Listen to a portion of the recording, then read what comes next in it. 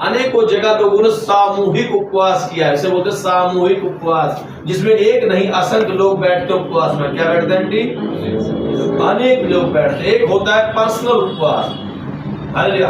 हम जो कर रहे हैं ये सामूहिक उपवास है, इसमें अनेक गिनत लोग बैठ रहे हैं। कलीसिया के लोग उपवास में बैठ रहे, एक व्यक्ति नहीं बैठ रहा, काफी लोग उपवास में बैठ रहे, हालेलुया। और उपवास क्या करता है? बंधनों को तोड़ता है, हालेलुया, रुकावटों को दूर करता है और परमेश्वर के निकट ले जाता है। कहाँ ले जाता है? परमेश्वर के निकट ले जाता है और मनुष्य अपने आप को क्या कर लेता है? दीन कर लेता है, हालेलुया। जैसे आप बाइबल पढ़ोगे तो मेरे यहोशापात ने वो सामूहिक उपवास था। क्या था? राजा जो यहोशापात भी सेकंड इतिहास 20वां अध्याय पढ़ोगे, वो सामूहिक उपवास था। और जब आप एक वचन पढ़ना नहीं है, भजन संहिता 35 के 13 को पढ़ोगे, वो पर्सनल उपवास है। दाऊद ने पर्सनल उपवास किया वो, हालेलुया। उसी प्रकार से अनेकों उपवास के बारे में वर्णन है मेरे प्रियो।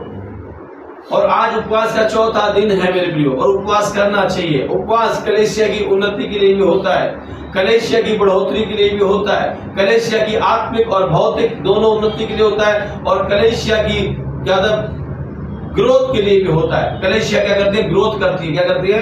ग्रोथ करती है। परमेश्वर अनेकों लोगों को वहां लाना शुरू कर देता है। आमूमन कलीसियाओं के अंदर नित्य उपवास प्रार्थना होती है, हालेलुया। अगर किसी कलीसिया में उपवास प्रार्थना नहीं हो रही तो हालेलुया आप समझ जाएं, हालेलुया।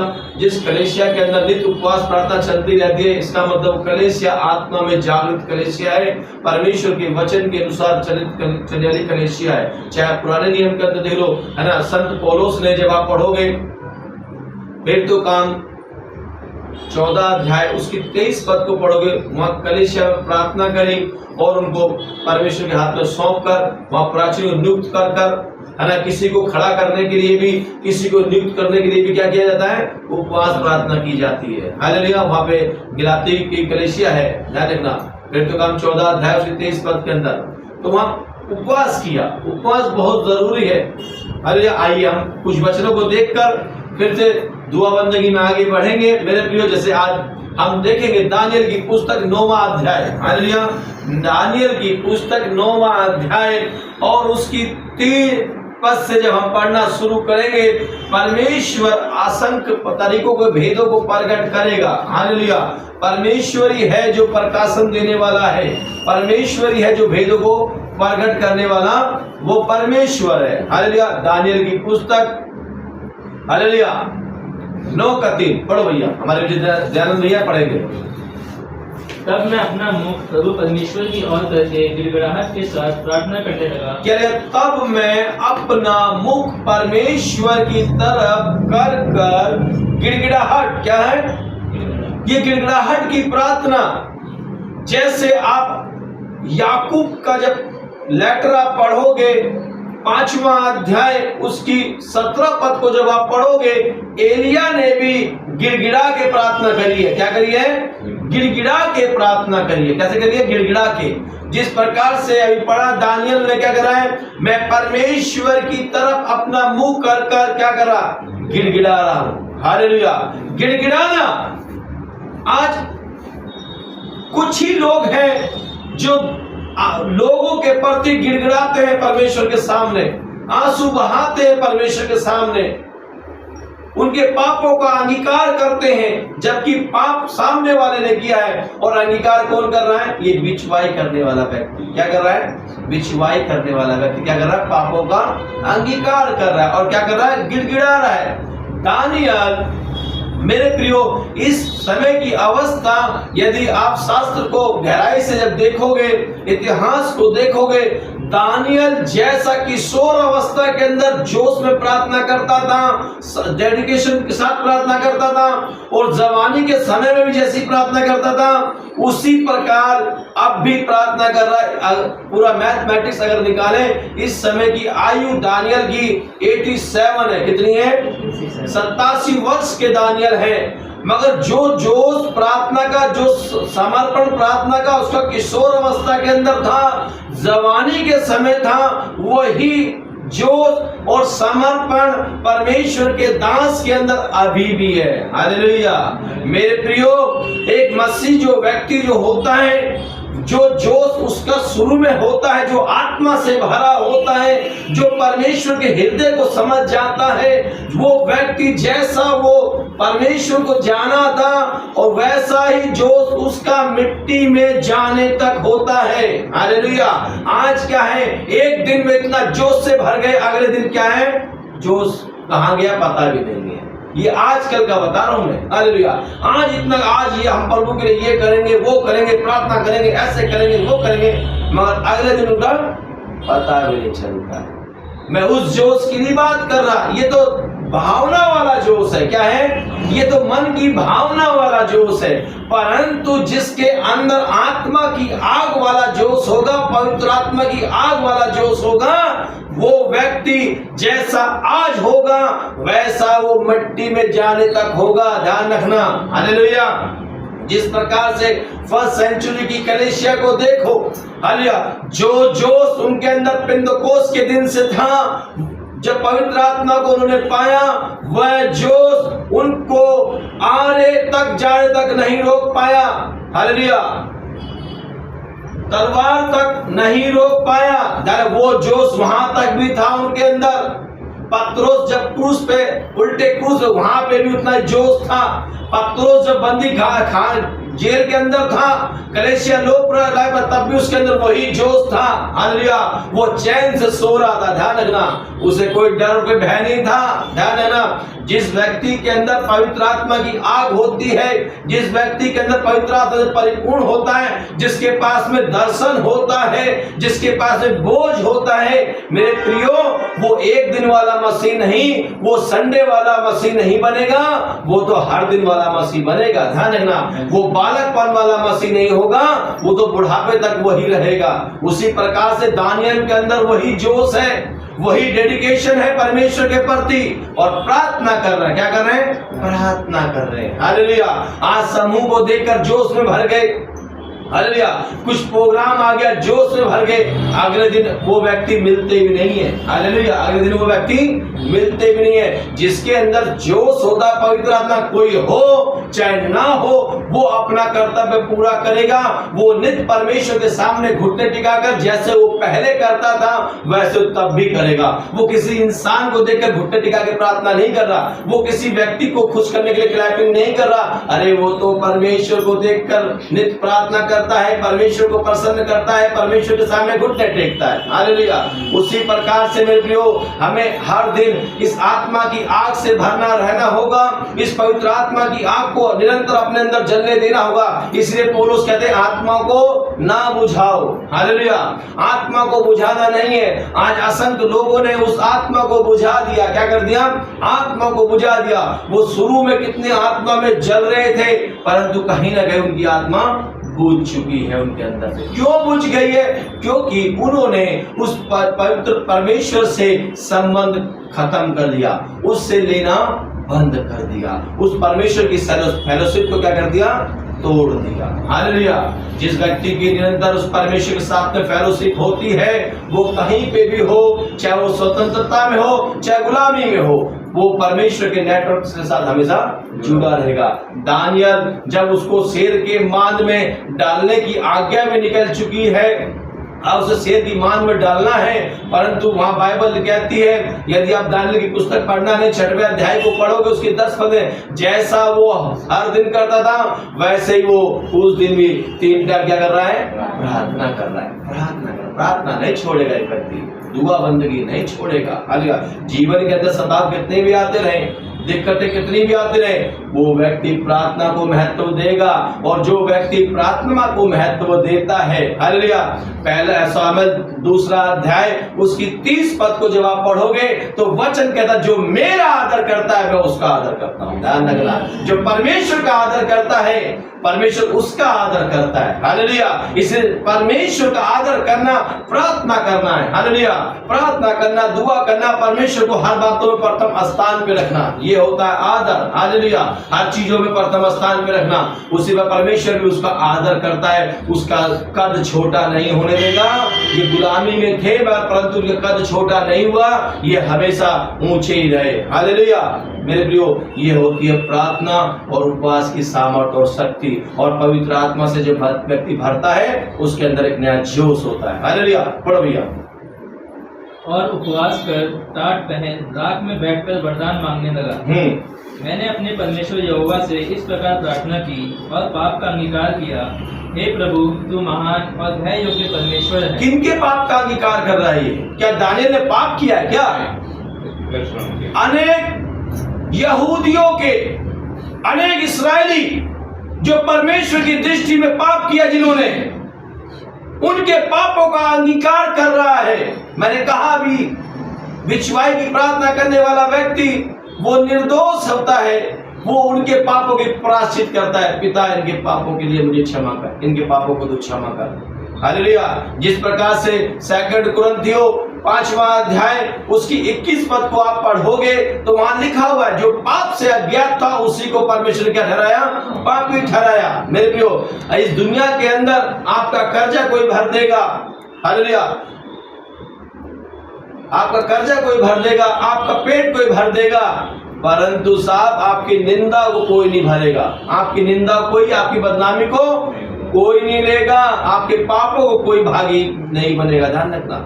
मगर परमेश्वर यीशु मसीह हमारे पापों को, हमारी निंदाओं को अपने ऊपर लिया है। यशायाह नबी की पुस्तक 53वां अध्याय उसकी 3 और 4 5 पद पढ़ोगे तो आपको समझ में आएगा। हालेलुया। वो हमारे अधर्म के लिए कुचला गया, हमारे पापों के लिए उसको ताड़ना सहनी पड़ी। मेरे प्रियो, उसी प्रकार से जब ये व्यक्ति उन बचे हुए यहूदियों के लिए, और यही उपवास प्रार्थना बेबीलोन से यरूशलेम की यात्रा के लिए एक कारगर सिद्ध हुई है। हालेलुया। जब सारे यहूदी बंदी वहां गुलामी में थे, इस्राएली, यहीं से उनके लिए एक रास्ता खुलता है। कहां के लिए? बेबीलोन से यरूशलेम के लिए रास्ता खुलता है। मेरे प्रियो, इस उपवास प्रार्थना के दौरान इसमें बड़े दर्शन है। हालेलुया। बड़े दर्शन की बातें हैं, और वो व्यक्ति प्रार्थना कर रहा है। क्या कर रहा है? प्रार्थना। जिस प्रकार से मेरे प्रियो हम प्रार्थना कर रहे हैं, हालेलुया, हमारे पास में आज उदाहरण दिया है परमेश्वर ने, उसी प्रकार से हमें उन संतों के पद चिन्हों पे चलना है। हालेलुया। उन परमेश्वर के खादिमों जिन्होंने परमेश्वर के प्रति ईमानदारी से, भक्ति से जीवन बिताया है, उनको देखना है। किसी को देखकर आप चलोगे तो गिर जाओगे, परंतु जो इतिहास में लिखा हुआ है और उससे बढ़कर हमारे पास में यीशु मसीह है। हालेलुया। इसीलिए बाइबल कहती है, गवाहों का ऐसा बड़ा बादल जो हमें घेरे हुए, तो आओ हर एक रुकने वाली वस्तु, उलझाने वाले पाप को छोड़कर वह दौड़ दौड़े जिसमें हमें दौड़ना है, परंतु किससे? धीरज से। और सिद्ध करने वाले यीशु मसीह की ओर ताकते रहें। परमेश्वर ही हमें सिद्ध करेगा, उसकी ओर देखकर हमें चलना है। जिस प्रकार से पौलुस फिलिप्पी के अंदर लिखते हैं, मैं निशाने की ओर दौड़ता हूँ। किसकी ओर? निशाने की ओर दौड़ता हूँ, ताकि वो इनाम पाऊं। निशाना हमारा यीशु मसीह क्रूस है। ध्यान रखना, उसकी ओर देख के चलना है। उसी प्रकार से दानियल प्रार्थना करता है, क्या करता है? उनके पापों का क्या करता है? अंगीकार करता है। पढ़ो। जो अपने प्रेम रखने और आज्ञा मानने वालों के साथ अपनी भाषा को पूरा करता और करुणा करता रहता है। क्या लिखा है? जो अपने प्रेम रखने वाले और आज्ञा मानने वाले। जिस प्रकार से कलम नेहमिया की पुस्तक 1 के 5 में पढ़ा, यही वचन वहां पे भी है। तू उनसे क्या मानता है? वाचा बांधता है। जो प्रेम करते हैं, आज्ञा मानते हैं। हमें परमेश्वर से प्रेम करना है और उसकी आज्ञा मानना। यदि आप प्रेम करोगे तो आज्ञा भी मानोगे, यदि आप प्रेम नहीं करते तो आज्ञा भी नहीं मानोगे। इस बार ईश्वर का तुम एक दूसरे से क्या करो? प्रेम करो, प्रेम करो। यदि परमेश्वर हमारे अंदर है तो क्या होगा? हम परमेश्वर प्रेम करेंगे, क्योंकि परमेश्वर प्रेम है। और जब प्रेम होगा तो हम क्या करेंगे? उसकी आज्ञा को भी मानेंगे। यदि मैं किसी से प्रेम करता हूँ, ये मेरा मम्मी है, इनसे मैं प्रेम करता हूँ, तो मम्मी जो कहेगी मुझे करना है ना उनका। यदि नहीं कर रहा तो मैं इसका मतलब प्रेम नहीं कर रहा, केवल दिखावा कर रहा हूँ। क्या कर रहा हूँ? दिखावा कर रहा हूँ। हालेलुया।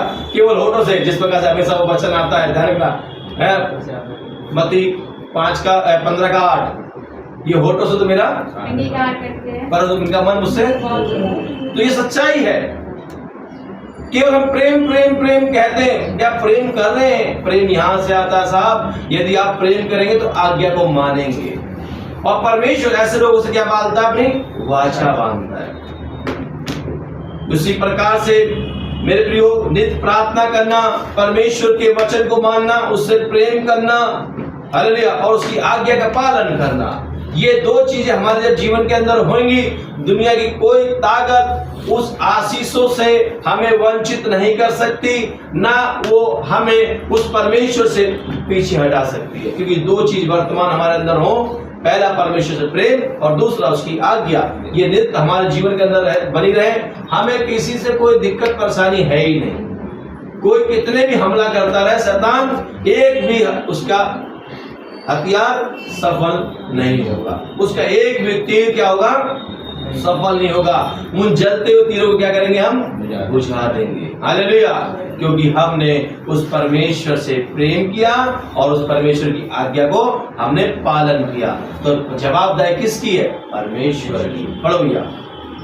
हम लोगों ने तो पाप, कुटिलता, दुष्टता और बदवा किया है और तेरी आज्ञाओं और नियमों को तोड़ दिया है। तेरे जो दास नबी लोग हमारे राजाओं, हाकिमों, पूर्वजों और सब साधारण लोगों से तेरे नाम से बात करते थे, उनकी हमने नहीं सुनी। क्या लिखा है? नहीं सुनी। आज कहाँ सुनते लोग बात? एक व्यक्ति चाहे बहन हो चाहे भाई हो, चिल्ला चिल्ला कह रहा है कि भाई ठीक हो जाओ, संगति में आ जाओ। कहाँ सुन रहे हैं? अपने मनमर्जी का जीवन तो जी रहे हैं। तो क्या कर रहे हैं? परमेश्वर की दृष्टि में क्या कर रहे हैं? पाप कर रहे हैं ना। हालेलुया। एक व्यक्ति व्यस्त है, समझ में आता है, ये व्यस्त है बेचारा, ये बहन व्यस्त है, जॉब पे जाती है, ये भाई ड्यूटी जाते हैं, ये नहीं आ सकते। अरे जो कुछ नहीं कर रहा वो व्यक्ति भी परमेश्वर की बातों को, परमेश्वर की संगति को क्या समझ रहा है?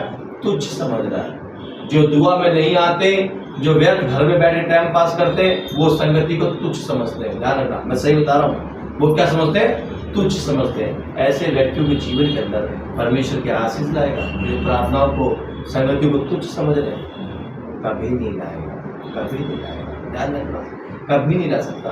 कभी भी आप दुआ प्रार्थना को तुच्छ मत समझना। चाहे 2 लोग दुआ कर रहे हो, चाहे 4 लोग कर रहे हो, चाहे 4 लाख लोग कर रहे हो, यदि आप अवेलेबल हो तो दुआ को जरूर अटेंड करो। उसे तुच्छ मत जानो। क्या मत जानो? तुच्छ मत जानो। हालेलुया। इसलिए मेरे प्रियो, प्रार्थना करना, इस्राएलियों ने यही तो किया था। यही कारण था कि बेबीलोन की गुलामी में वो चले गए थे। ध्यान रखना, जब परमेश्वर की बातों को हम नहीं मानते, परमेश्वर कहने को नहीं मानते, तो कहीं ना कहीं हम किसी न प्रकार की गुलामी में चले जाते हैं। और हमें पता भी नहीं हम गुलाम बन चुके हैं। क्या है? हमें पता भी नहीं है कि हम गुलाम बन चुके हैं, गुलाम बन गए। हालेलुया। परमेश्वर के विरुद्ध हम कुछ भी नहीं करें। ध्यान रखना, इसी मारे यिर्मयाह की जब आप पुस्तक को पढ़ोगे, यिर्मयाह ने अपने सेवा काल के अंदर एक ही संदेश दिया, एक ही संदेश को जारी रखा। आज एक संदेश को सुन के लोग बोर हो जाते हैं। क्या हर संडे, हर हाउस मीटिंग में यही तो नहीं, मगर यिर्मयाह ने एक ही संदेश को कंटिन्यू रखा। पूरी यिर्मयाह की पुस्तक को पढ़ो, आप एक ही संदेश को पढ़िएगा, सुधरो, मान जाओ, मन फिरा लो, ये संदेश कंटिन्यू रखा, नहीं तो बदवाई में चले जाओगे। उन्होंने नहीं सुनी और क्या चले गए? वो बदवाई में चले गए। उसी प्रकार से आज भी असंख्य लोग, प्रभु के दास लोग, प्रभु की बेटी लोग पुकारे कह रहे हैं, मसीह लोगों से कह रहे हैं, संसारों से कोई मतलब ही नहीं है साहब, ये सुधर जाओ, बदल जाओ, समय निकट है, नहीं तो कहीं ना कहीं तुम गुलामी में चले जाओगे, पाप की और दासवत की गुलामी में तुम चले जाओगे। हालेलुया। फिर कोई तुम्हारे लिए आंसू बहाने वाला नहीं है और कोई बलिदान बाचा भी नहीं। एक ही बलिदान था, वो यीशु मसीह ने हो गया, दूसरा कोई बलिदान बचे नहीं। इसे समय रहते हुए अगर हम चेत जाए तो परमेश्वर हमका अनुग्रह करेगा और हमें अनंत जीवन का वारिस करेगा। यदि नहीं चेते तो वो मेरे प्रियो कुल्हाड़ा जड़ पे रखा पड़ा है, काट डालेगा। हालेलुया। आइए इस सभा को समाप्त करके आइए अंतिम प्रार्थना करते हैं। धन्यवाद, धन्यवाद, धन्यवाद, धन्यवाद यीशु प्यारे खुदा, तेरा धन्यवाद। धन्यवाद करते हैं परमेश्वर, ये 21 दिन की उपवास प्रार्थना के लिए तेरा धन्यवाद करते हैं प्रभु जी। ये 21 दिन की उपवास प्रार्थना परमेश्वर आशीष दे मेरे प्यारे प्रभु जी।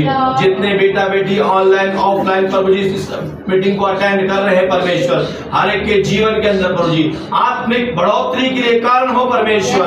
हर एक व्यक्ति आत्मा में बलवंत हो परमेश्वर, तेरे वचन का प्रकाशन को प्राप्त करे प्रभु जी, तेरी आत्मा के फलों से भर जाए परमेश्वर।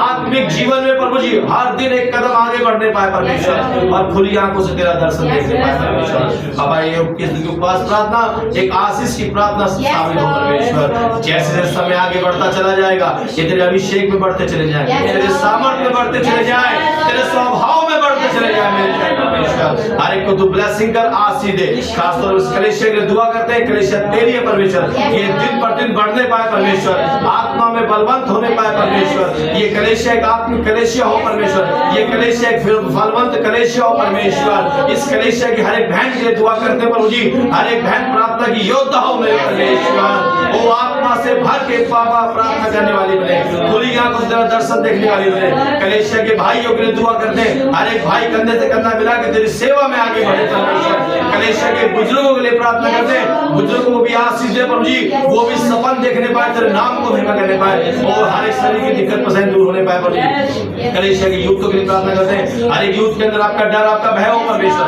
हर एक यूथ बाबा भय भक्ति में तेरा जीवन बिताए परमेश्वर, तेरे नाम को महिमा करे परमेश्वर, तेरे वचन के अनुसार चलने वाला बने और संसार के विलासों से भागने वाला बने मेरे प्यारे खुदा। और कलीसिया के छोटे से लेकर बड़े बच्चों की प्रार्थना करते हैं, जितने बच्चे स्कूल कॉलेज जाते हैं प्रभु जी, उनको बुद्धि और ज्ञान दे, पढ़े लिखे आगे बढ़े, तेरे नाम को महिमा करे, माता पिता खुश करे परमेश्वर। और बाबा मौसम बदल रहा है प्रभु जी, हर एक मौसम के अफेक्ट से बचा के रख परमेश्वर, तेरी करुणा तेरी दया सबके साथ बनी रहे परमेश्वर। इस दुआ को यीशु के नाम से मांगते हैं, आमीन। आप सभी को जय मसीह।